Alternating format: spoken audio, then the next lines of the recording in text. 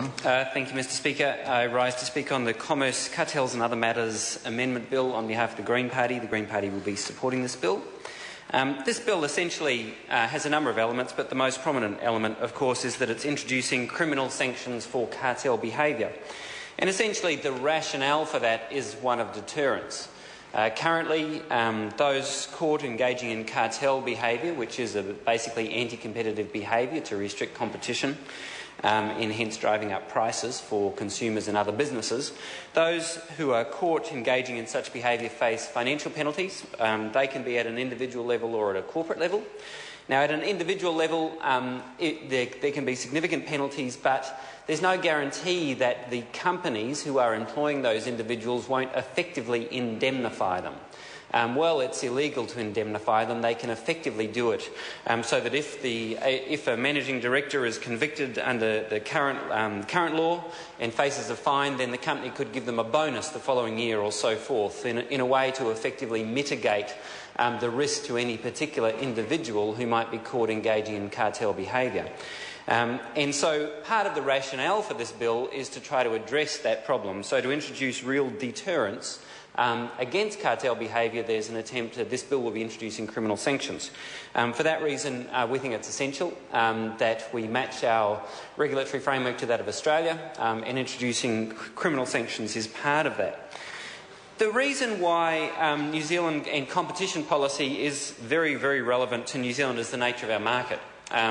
And the OECD Economic Survey 2011 pointed particularly to the nature of New Zealand's market being very small, and in a number of sectors there are a small number of firms that dominate those sectors, means that anti-competitive behaviour is more likely in New Zealand than perhaps in some larger economies where you would find many players who are competing with each other. And so when you look at some of our sectors, you find that there are very few players, whether it be banking, whether it be shipping, telecommunications, electricity. There are a small number of players who dominate the sector.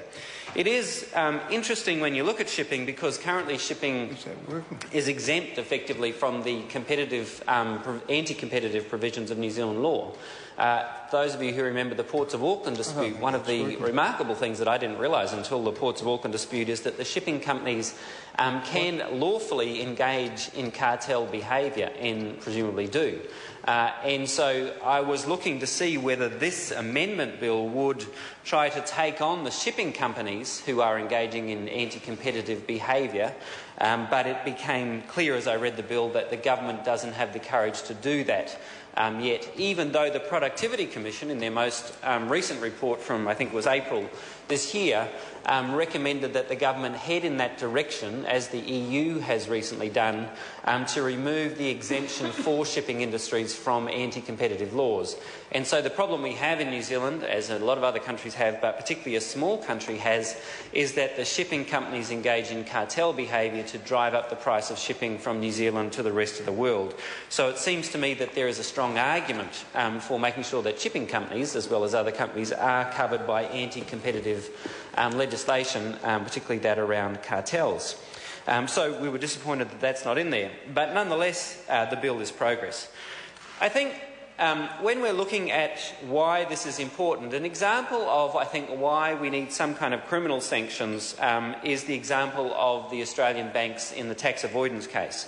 In the tax avoidance case, which was the biggest theft from the New Zealand taxpayer that's ever been caught, I guess, around $2 billion, the Australian banks were found to have stolen from New Zealand taxpayers and eventually were forced to pay it back by the courts in New Zealand after the IRD went after them. And Westpac and all the rest who were caught stealing from the New Zealand taxpayer, not a single person from any of those organisations went to jail. Not one. No manager, no managing director, no director from the boards, none of them went to jail. So from their point of view, tax avoidance was simply a business proposition.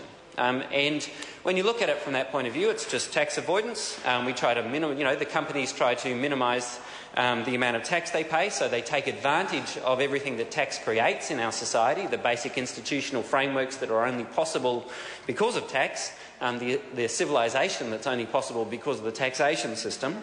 But the Australian banks then stole from New Zealand taxpayers about $2 billion, probably more, and were finally caught. But they did that knowing that it was a purely commercial proposition, because none of them were going to end up in jail, where they should have gone, obviously. For anyone that steals that amount of money from the New Zealand government should go to jail.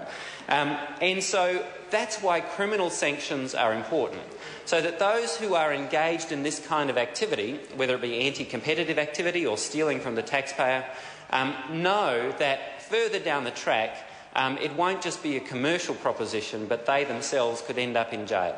And so that's why this part of the cartel law is important to change, so that it isn't just a commercial proposition, that those who are engaging in this behaviour understand what will happen to them.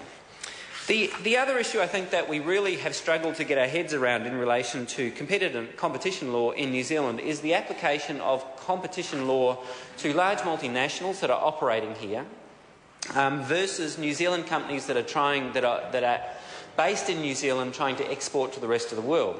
And I would argue that we need an uneven playing field with respect to those two different kinds of companies. And the reason is this. If you have a number of multinationals operating in New Zealand, often in an oligopolistic market, so a small number of players, which of course is the nature of the banking sector, for example, there's a temptation from those players to not operate in a competitive way. And we've certainly seen that in the banking sector. When Labor and the Greens and the Progressive Party had our banking inquiry in the last parliamentary term, it was very clear from the evidence that we got that it's only the entry of Kiwibank that has substantially increased competition in the banking sector, and that the big four Australian banks were operating in an anti-competitive behaviour in order to maximise profit and reduce competition for market share, because trying to compete for market share is expensive. And so in the terms of the way that we regulate those kinds of sectors, we need very, very strong regulation to maximise competition. And we may also need, as was the case in the banking sector, the intervention of the state to put a real competitor in the field who could compete with the big Australian banks. So that's what Kiwibank did. And Kiwibank, of course, has driven down the cost of credit in New Zealand quite substantially and has saved the entire New Zealand economy many hundreds of millions, if not billions of dollars, by increasing competition in the banking sector. But when we look at the export sector, so when we look at New Zealand-owned and based companies trying to export to the rest of the world, it doesn't necessarily suit us to have exactly the same approach to competition. And Fonterra, of course, is the obvious example. This Parliament effectively created a monopoly in Fonterra. And while it's essential that we regulate Fonterra's activities in the New Zealand domestic market so that we don't have higher prices of milk, it's also important that Fonterra and companies like Fonterra have the critical mass that they need to project into the rest of the world. And sometimes that critical mass means being large players in the domestic market from whence they come.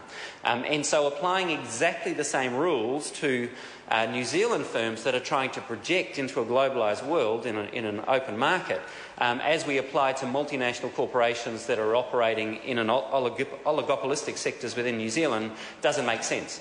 And so a level playing field isn't always the most sensible way for a small open economy to regulate competition. And so we need to regulate competition in a way which maximises the advantages to New Zealand. So we reduce the cost reduce to the cost of the consumer, where you have large overseas-owned businesses operating in New Zealand, but also allow New Zealand businesses projecting into the rest of the world to get the critical mass they need in order to effectively do that. And I think that our thinking around competition policy is insufficiently sophisticated. And needs to be more sophisticated, rather than taking a universalist view, a kind of new right economic ideology of what competition policy should look like. We should adopt competition policy which makes sense for a small open economy a long way from its markets. And that kind of competition policy needs to be rather more subtle and sophisticated than the kind of policies we've seen out of this government so far, if we are to have the kind of economic development we need. Thank you, Mr. Speaker. Kanwal Bakshi. Mr. Speaker, thank you.